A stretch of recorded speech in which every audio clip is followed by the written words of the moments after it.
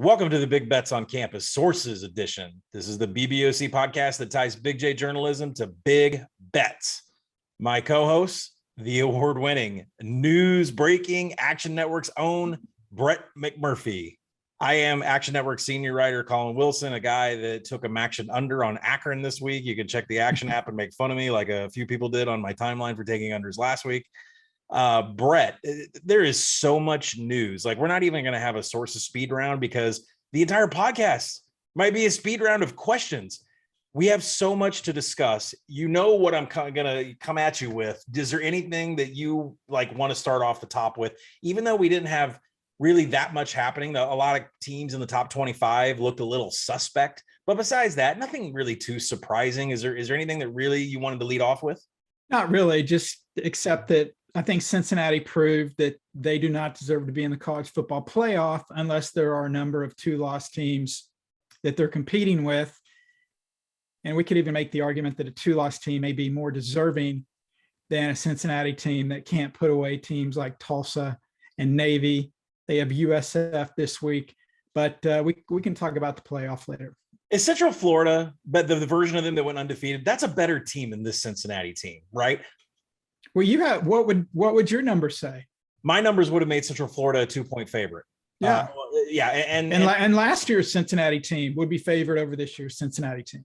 Last year's Cincinnati team would be 6-point favorites over this version. I think this battle cry by the rest of the media, I consider you we call them talking heads, right? When I see people on ESPN or people writing for other various places that I won't mention, and they have this cry for Cincinnati and their spot in the playoff, maybe they got shafted, but at the same time, the committee probably feels a little validated that this team can't cover a damn game. I think, are they going to slip? We'll get to this. But I think they're donezo, right? You think they're donezo even if they go undefeated? I mean, you can't cover a game. You look terrible.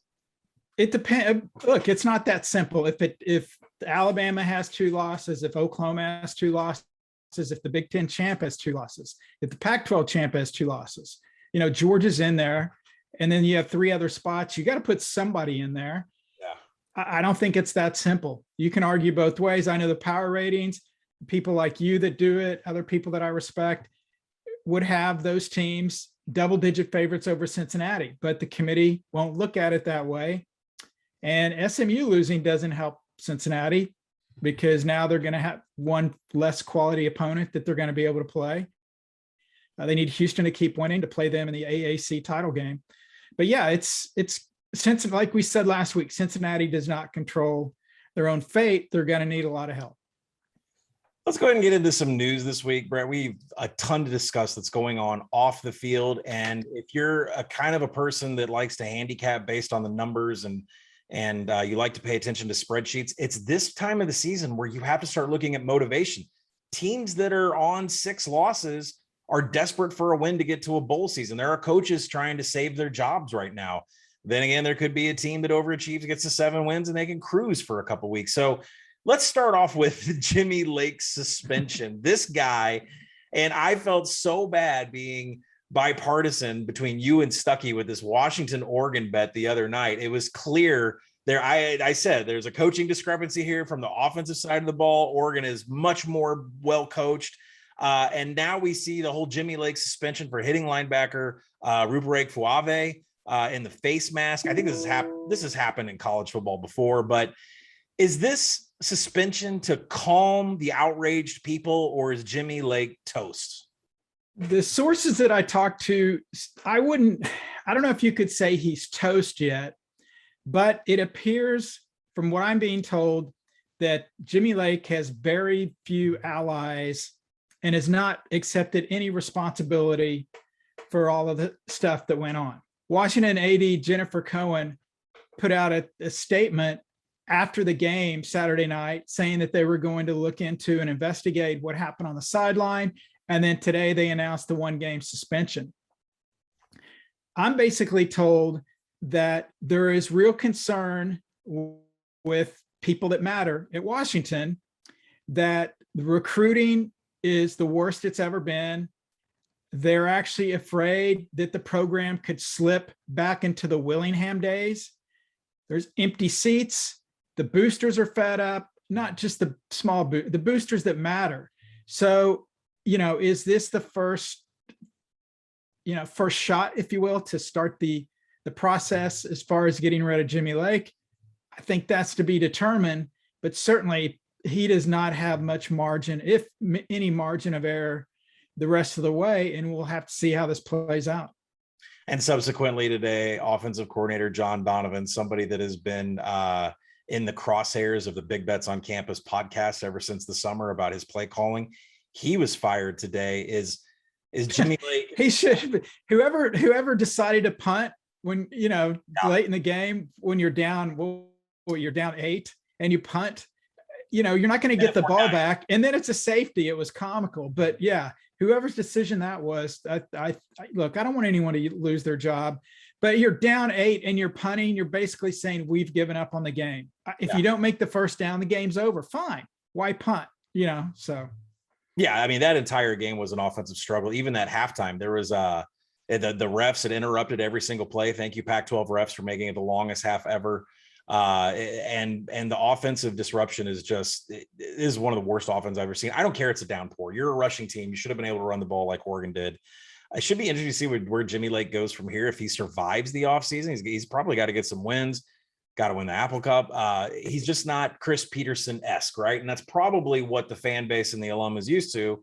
When you don't have Willingham anymore and you get into Chris Peterson era and you get this level of play and recruiting, you expect that. And when you don't get it, that's going to be problems. Let's move over to another coach that you and I thought was going to be happy trails. And it turns out Trev Alberts has different feelings about that. Scott Frost, an extension for incremental progress, is what was cited by Trev Alberts. Now, first off, there's no details of this contract, but before you and I hit the record button, I believe the entire offensive staff was annihilated. It's gone. Eric Shenander's still there, defensive coordinator, came in from UCF with him, but the entire offensive staff is gone. We'll see. I mean, Scott Frost is going to be looking for his own little Joe Moorhead coming up here in the offseason. Listen, does incremental progress, when Trev Alberts says that, does he mean thank you for covering the spreads? I mean, is that what he's essentially saying? Like, you're making our boosters money? No, he's not. Believe me, he's not saying that. What he's saying is it's a $20 million buyout if we get rid of Scott Frost. And realistically, who is Nebraska going to hire right now? I mean, I couldn't come up with a name right now that's like, this is a home run hire. Scott Frost was the home run hire, but he's been striking out. He's 15-27. He's the first coach in 60 years in Nebraska's storied history to have 4 consecutive losing seasons. He's only the second coach ever in their history to have 4 consecutive losing seasons.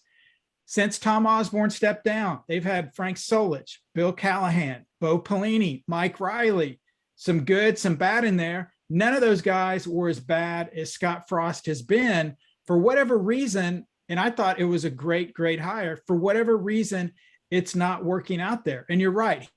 He fired 4 assistants today, including offensive coordinator Matt Lubick. And it's basically like, okay, you're going to give me another year. The contract will be restructured. Probably the buyout will be reduced greatly.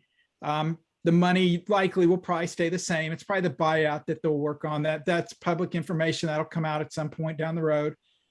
But he leads the NCAA in most one possession losses in the last 4 years. They had lost all 5 games by 8 points or less until they lost to Ohio State by more than 8. So I don't want to say that's progress, but they played good. They're just, again, when we did the Big Bets on Campus show on Saturday a couple of weeks ago, and I think it was Michigan, Nebraska, I said, look, Nebraska's going to do what Nebraska does under Scott Frost, and that is play good enough to lose by 3 or 6 points. And sure enough, that's what happened. So I think next year there has to be drastic improvement, or they will make a change. But I think basically it boiled down to Trev Alberts realizing, look, they've got 20 million, but they don't want to light 20 million on fire. And also they have been competitive.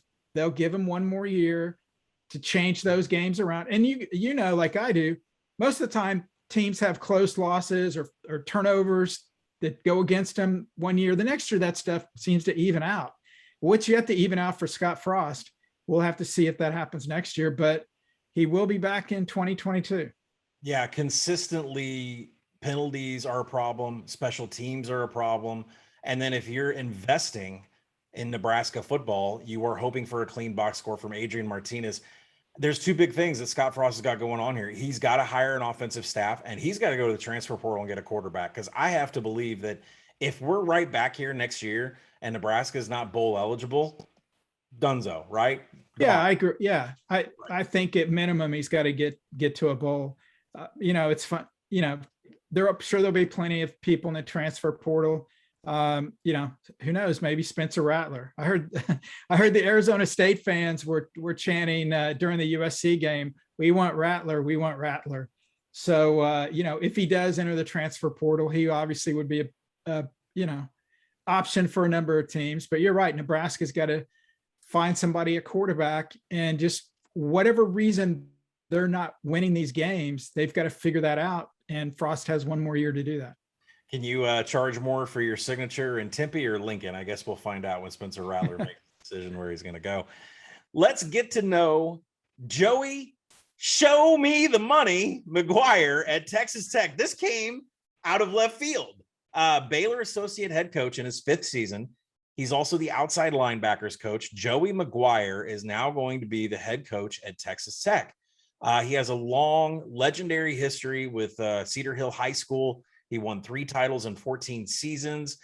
This kind of reminds me a lot of the Chad Morris hire by Arkansas, because essentially Brett Bielema burned down the recruiting pipeline to the state of Texas, said, we can go to Florida and get some guys.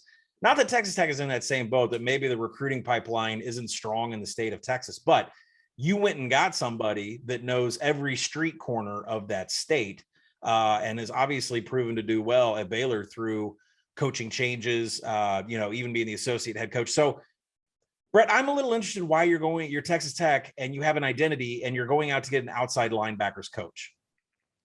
Because you summed it up, because of his knowledge of the state of Texas and how well respected he is in the state of Texas. I mean, if you're Texas Tech, you're in Lubbock, Texas, and I've been to Lubbock, Texas. I've covered games in Lubbock, Texas. I worked 2 years in Odessa, Texas, which is probably the closest city to Odessa, which is in the middle of nowhere. And I say that lovingly. You've got to recruit guys in the state to come there. You're not going to get kids to come from all over the country to come to Lubbock. You've got to hit the state of Texas, and Texas is, I don't know, top of my head, 12, 13 FBS schools in the state. So there's a lot of competition there.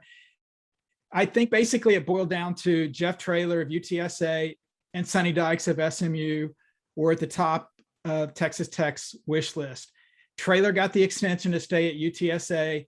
TCU job opens up, and then it became pretty well known that Sonny Dykes would prefer TCU over Texas Tech.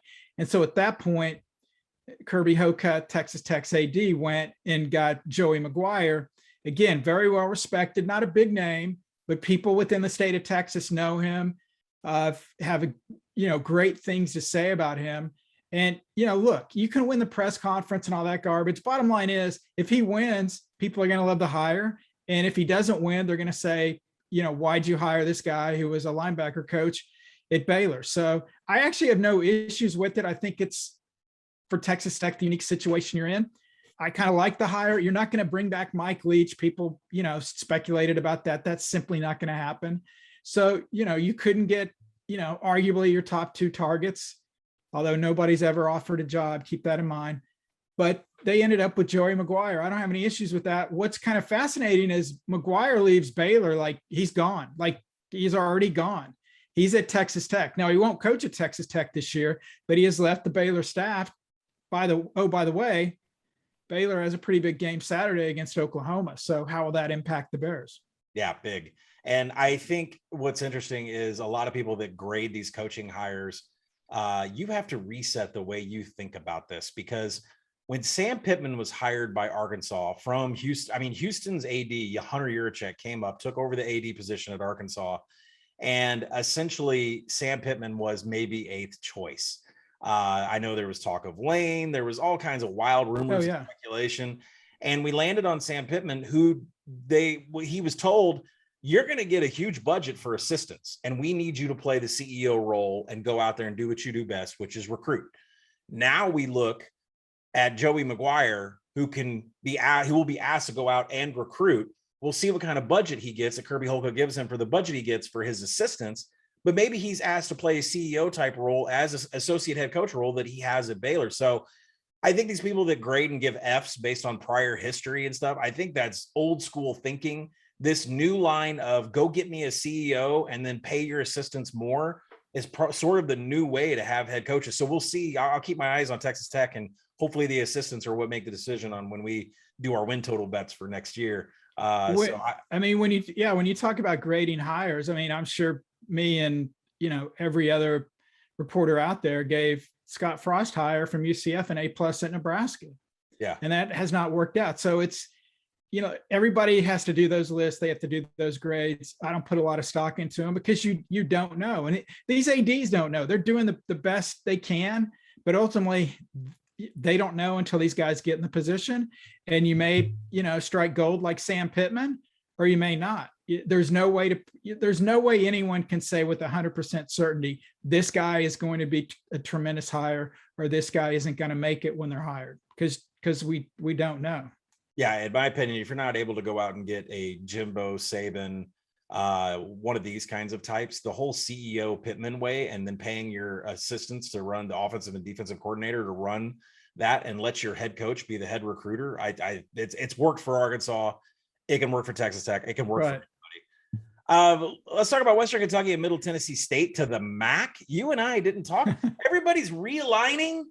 We got James Madison coming up to the FBS. We got some teams that are coming up to play. And I've now got to change everything that I've got coded for 130 teams. In the pandemic, we only had 127. Now I've got to go higher than 130. But the big news is Western Kentucky, Middle Tennessee State to the MAC, but Middle Tennessee has money concerns. Is there anything more to the story? Do we think it's going to happen? Yeah, I reported that earlier on Monday. So I guess when people are going to hear this, is going to be Tuesday. I don't expect a decision to be made by Tuesday. But I possibly could happen by the end of the week, but it basically boils down to this. The MAC wanted to add 2 more schools. Middle Tennessee and Western Kentucky were the most obvious teams available from the remaining teams in Conference USA. Western Kentucky sources have told me, are 1,000% behind this move. Middle Tennessee, not so much. Middle Tennessee's concern is that they do not have a lot of money right now. They've got to pay an exit fee if they leave Conference USA. They have to pay an entrance fee to go to the MAC. So there's some concern with Middle Tennessee there.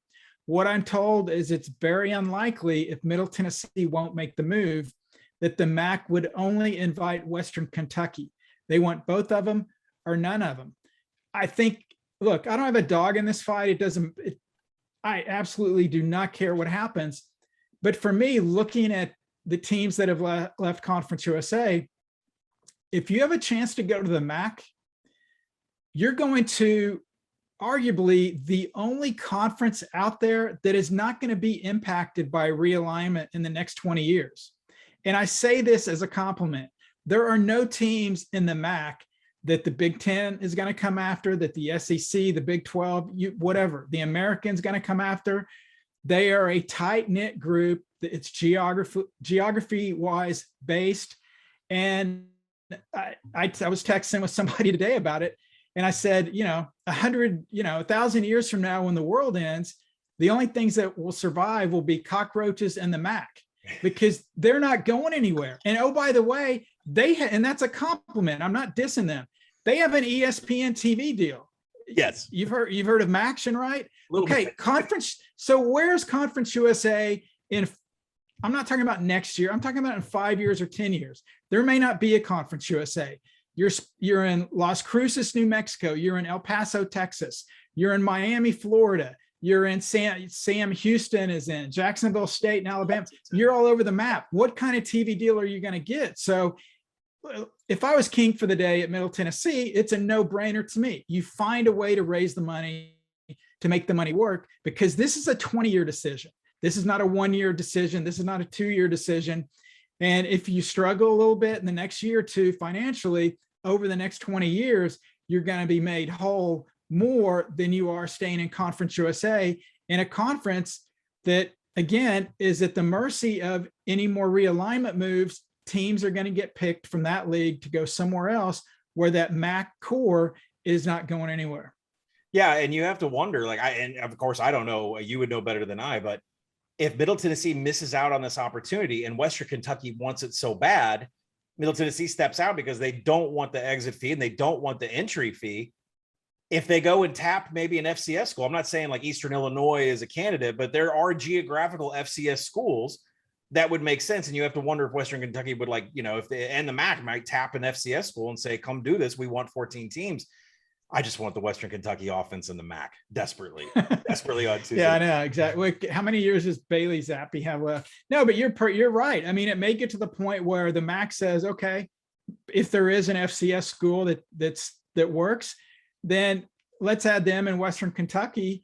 Western Kentucky, obviously, would be the southernmost team in that conference, but still fits geography wise into that group up in the Midwest or the Northeast, whatever you want to call it. But yeah, a lot of people I've talked to throughout college athletics is actually surprised that Middle Tennessee has not pulled the trigger on that. I'm told maybe by the end of this week we'll have a decision either way. But yeah, more musical chairs as far as conference realignment. Come on, Murfreesboro, get it together. All right, Brett, let's switch over to our favorite coordinator who's no longer a coordinator. Todd Grantham is no longer employed. You and I are employed. Todd Grantham is not. Is Dan Mullen? Listen, I just like literally was stuck in traffic trying to get back to the house so we can do this podcast. And I'm scrolling my timeline and I'm reading some story about Dan Mullen saying that Anthony Richardson like twisted his knee dancing on Friday. And that's after. Oh, I mean, what is going on? Is Dan Mullen going to the NFL? There's a report floating out there that if an NFL job opens up, he would consider. Yeah, I would. What is let's rephrase that report. And I tweeted that, and I didn't report that. Rick Neuheisel of SiriusXM. I love Rick, but he basically was saying, you know, look, he knows Dan, he respects Dan, and if Dan gets an offer from the NFL, he thinks he would take it because he's tired of this, meaning he's tired of what's going on in Florida. That is not. I would not constitute that as a quote report that Mullen has an offer to go to the NFL. Right. If he does get an offer to go to the NFL, I'm sure he would accept it. You know, if you had an offer to, you know, triple your salary or double your salary or whatever, I'm sure you would do the same thing. No offense, Chad, don't hold it against us. The thing that's really, you know, what we said last week is, okay, you're 4-4, you just lost to Georgia, you just went out, you survived this year, and then regroup next year. So what happens? They look horrible against South Carolina. Yes, there was a flu outbreak, but still, you know, you give up 40 points at South Carolina. I mean, Shane Beamer is his expression when he's doing the halftime interview is, I've never really done one of these when we're winning at a halftime. You know, I don't know what to say. I mean, he was shocked. And it's more than the way the Gators are playing. It's the way that Mullen is handling all this that's really irritating people at Florida. He shut down media access last week. This after the South Carolina game, no players were made available to the media. If you shut out the media does one thing. They dig even deeper to find out what's going on. Just let these guys talk. It's not going to kill you, and it makes you look bad. Somebody sent out a tweet of Mullen before the game at South Carolina, walking up to the gate, and on both sides of him, the Florida band is playing the Florida fight song. Mullen's concentrating, walking straight ahead. After the game, reporter asked Mullen, how come the team didn't go over and sing the alma mater with the band over in the corner of the end zone, which is a Florida tradition like a lot of other schools? And Mullen said, oh, well, this was a road game. I didn't know the band was here. He literally walked through the band to get in the stadium before the game. So again, is that enough that you need to get rid of this guy? No, it's not. But when these things continually come up, it doesn't help matters. Another thing that really irks Florida fans is I tweeted this out yesterday. The worst Power 5 records, the last 10 games versus Power 5 opponents. Florida is 2-8. There are only 3 schools that are worse than Florida in their last 10 games against Power 5 opponents. That's Arizona, which is 1-9 after beating a COVID-stricken Cal team last week. 0-10 Kansas, 0-10 Vanderbilt, 2-8 Florida. That's the company Florida's in right now. So you add that with all the distractions about the not talking to the media and Anthony Richardson twisting his knee dancing. Is it Mullen's fault that Richardson twisted his knee? Absolutely not. It's bad luck, but you can't afford bad luck this time of year. And then getting seal clubbed by South Carolina doesn't help either. Yeah, and all that goodwill that you have winning the SEC East with that amazing offense last year, it seems to be completely gone. They took Alabama to the wire, and that seems like that was 100 years ago. It seems so long ago. I was so proud of my BBOC. Yeah, I missed that one. Bet. Yeah. So obviously Samford plus 31.5, a best bet coming down the pipe against the Gators this weekend. You can check us out on Saturday. Brett, before we move on, who's that we got so many candidates. I don't even know who's the dumpster fire team of the week. It's got to be Florida. Your whole team's got the flu. Fine, whatever. You can't lose this. You can't lose this. It's not that you can't lose to South Carolina. It's how you lost to South Carolina that makes it even worse. So, Florida Gators, you are the dumpster fire team of the week. I mean, I was talking earlier about the 2-8 record against Power 5 opponents the last 10 games. Florida State's even better than that. Right. I mean, that's how bad Florida has been against Power 5 opponents, albeit, part of that's because you're in the SEC, but still, I mean, this is a program that aspires to win national championships, expects to win national championships. And, this will be a fascinating next couple of weeks to see how this plays out for Mr. Mullen and the Gators. All right, so Florida, your dumpster fire team of the week. I had my hopes up a little bit that UMass firing Walt Bell was going to be the dumpster fire team of the week, but that team lives in a fireplace, so yeah, can't go there. All right, let's move into the Heisman Handicap. So Brett, last week you and I were talking about the Action Network Gambling Heisman Trophy. We present it annually from our Gambling Heisman Trust at the Action Network. Trevor Lawrence, Lynn Bowden Jr., Drew Plitt have been winners before. We mentioned a number of players last week. We can drop Kenneth Walker off of that. They did not cover. You have to cover games. So Matt Araiza for San Diego State. These punts are some of the most unbelievable things I've ever seen. Like, I don't know what we have to do to get him in the conversation for the Heisman, but when you're booting 85, 90 yarders, and what's crazy is that one that I saw that was 90 yards, he was like 1 yard away from pinning it on the goal line. Like this kid is gonna have a long career in the NFL, but I don't think we need to spend too much time on this. UTSA absolutely blew out UTEP. Sincere McCormick at running back, Frank Harris at quarterback, Jeff Traylor is a head coach. There's a lot of candidates here for the gambling. Yeah, I would go with Meep. Yeah, for the gambling Heisman with McCormick and Harris. Absolutely, they look like the class of Conference USA. Possibly, we hope a rematch against Western Kentucky in the CUSA title game. But yeah, I think UTSA with McCormick and Harris would be my leaders in the clubhouse for the gambling Heisman Trophy this year. So for those that don't know, I was in Vegas on Memorial Weekend, and I had a 14-1 ticket. And as I'm about to head to the airport to get out with all my tickets stocked up in the backpack, ready to bring them home, put them in the safe, Brett says, I need that 14-1 on Western Kentucky. So there was a quick drive of my teenagers to I believe a Will Hill gas stop, a truck stop. There's a truck stop close to the airport. Went in and got the 14. So Brett is in this 14-1 boat with me on Western Kentucky. We're going to have to buy out against UTSA, right? I mean, we're going to have to shave a couple of units off our initial entry, right? I can either confirm or deny the previous statement by Mr. Wilson. Yes, Brett was right there with me. We've been on this Western Kentucky team for quite a while. So I'm glad everybody's happy with Bailey Zappi, but we were hot on that trail.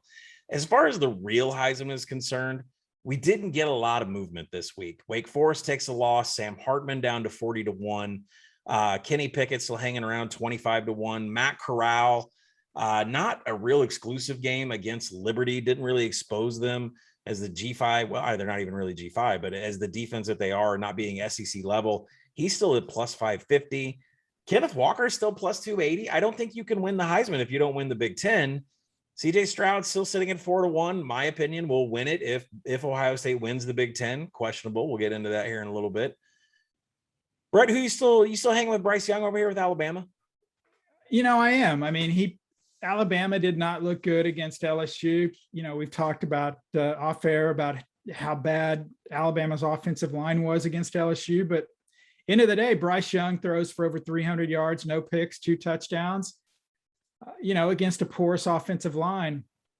He'll play, maybe a half against New Mexico State. Then they've got Arkansas, then Auburn, then Georgia. So he's going to have the primetime opportunities to continue to stay in the limelight, which is huge. With Walker, I mean, again, what I talked about before, being a running back, I just think you've got to put up 200 or 300 yards a game. He had 23 carries for 146 yards against Purdue, but I don't know if that really stands out to people. People just look at, well, Michigan State lost to Purdue. Michigan State still has to play Ohio State. Michigan State still has to play Penn State. So he'll have a couple of opportunities there. But if Michigan State ends up 9-3, I don't see any way Kenneth Walker can win this thing. Yeah, I think Kenneth Walker is the odd man out here. I will still back CJ Stroud. I think they're the team that's going to win the Big Ten for when I say Ohio State. Caleb Williams being listed at plus 750 off a bye. Maybe people are sleeping on Caleb Williams, but he will be the reason that Oklahoma makes the playoff. It definitely won't be the defense.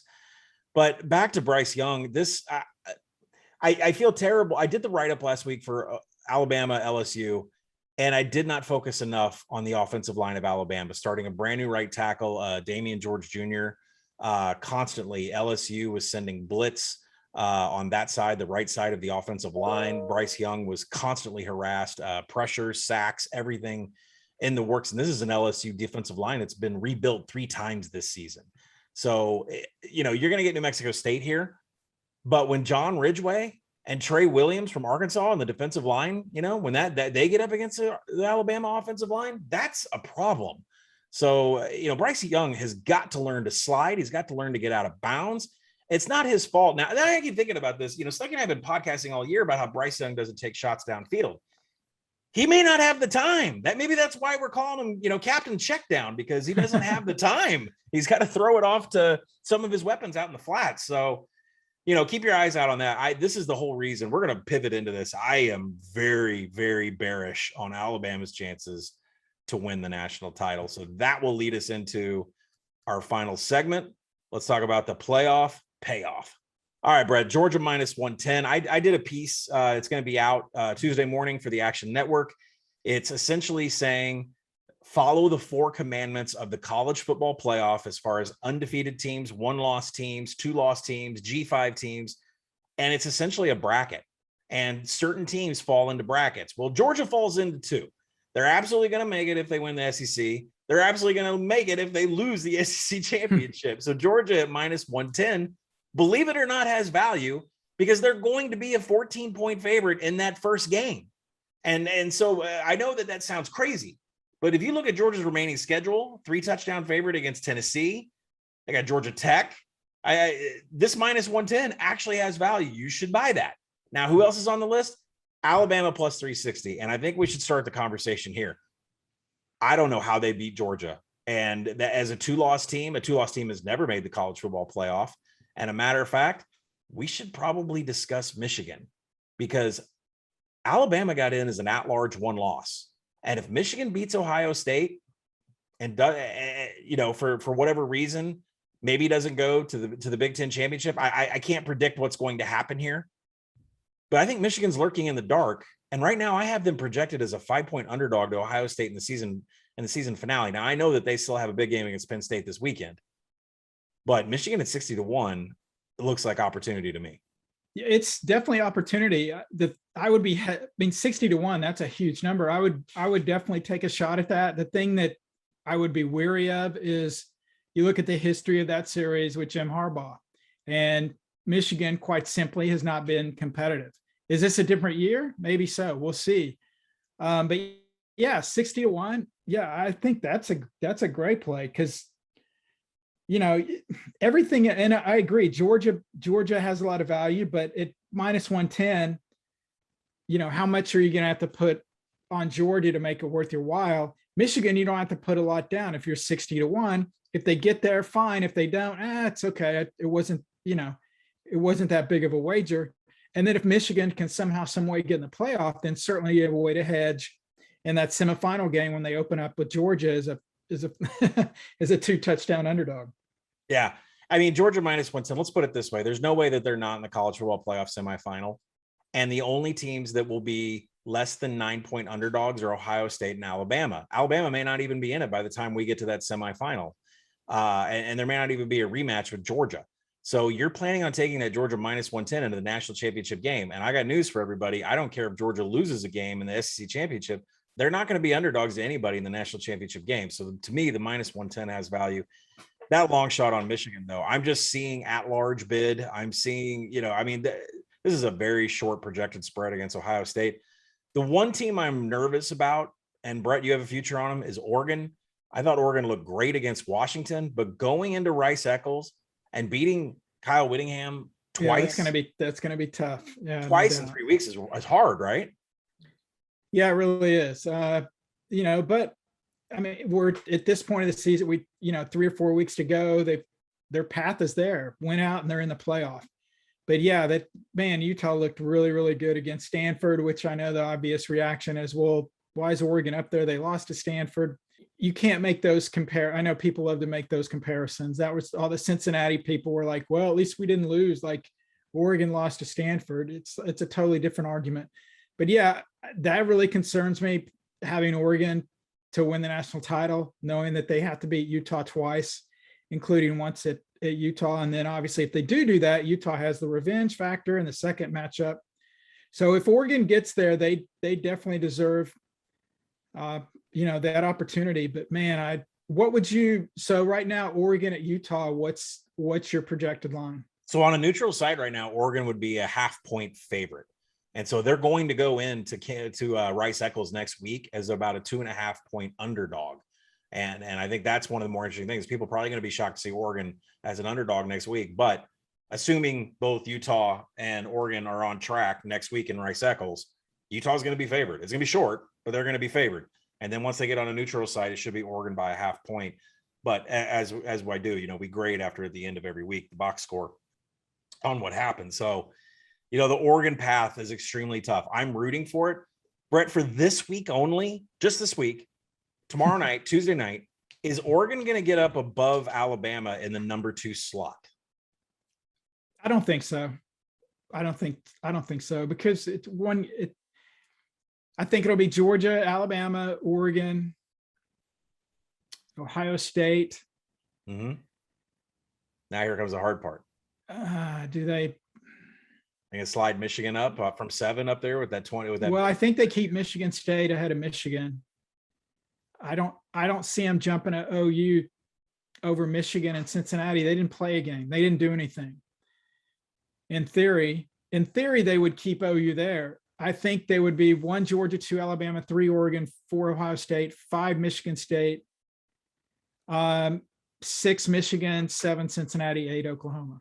Oh, so the slide has already started. The Cincinnati I think so. slide. I think so. I'll tweet that out Tuesday before the show.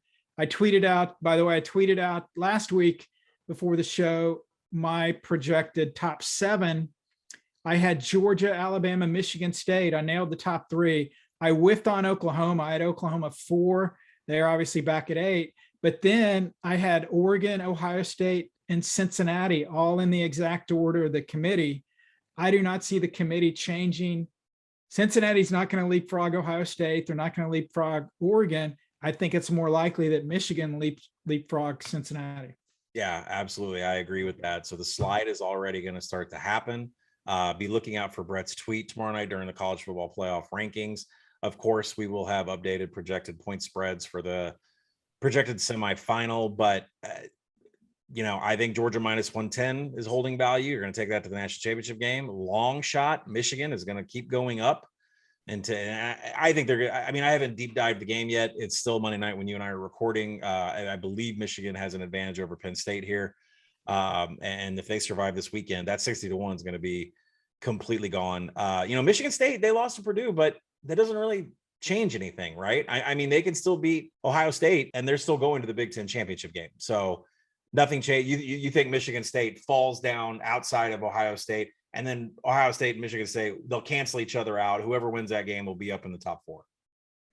Yeah, exactly. So no love for the Oklahoma State coming in from double digits. Maybe they slip into the top 10 at some point.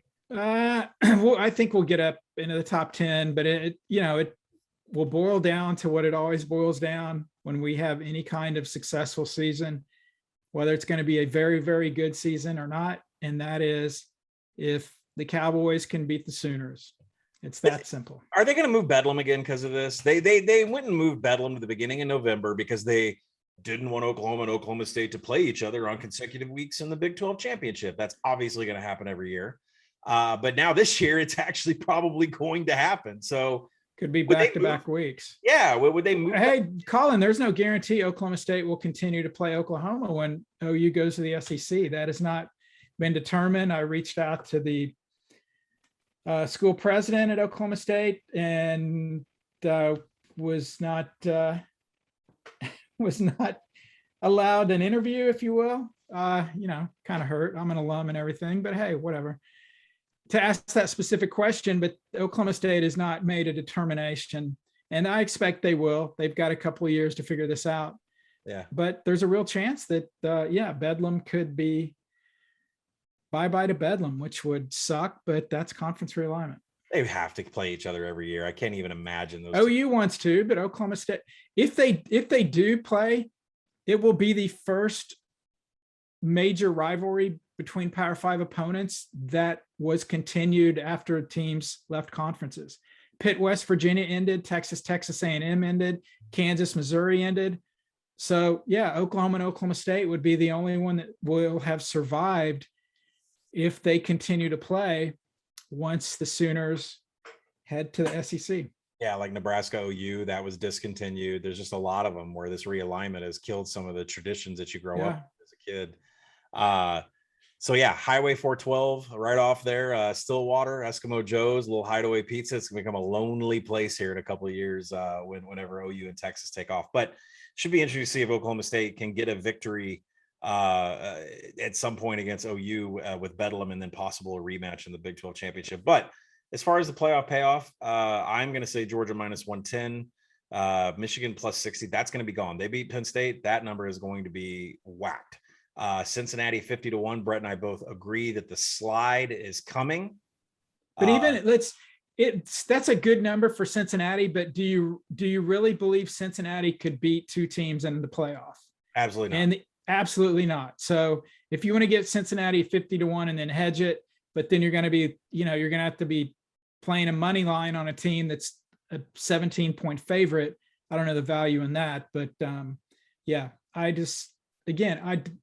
don't hate Cincinnati. I'm just calling it as I see it. Cincinnati at this point would not be competitive in a college football playoff. And I know the response is, well, let's put him in and see how it works out. Well, what do you say to that? Maybe a team that's more deserving.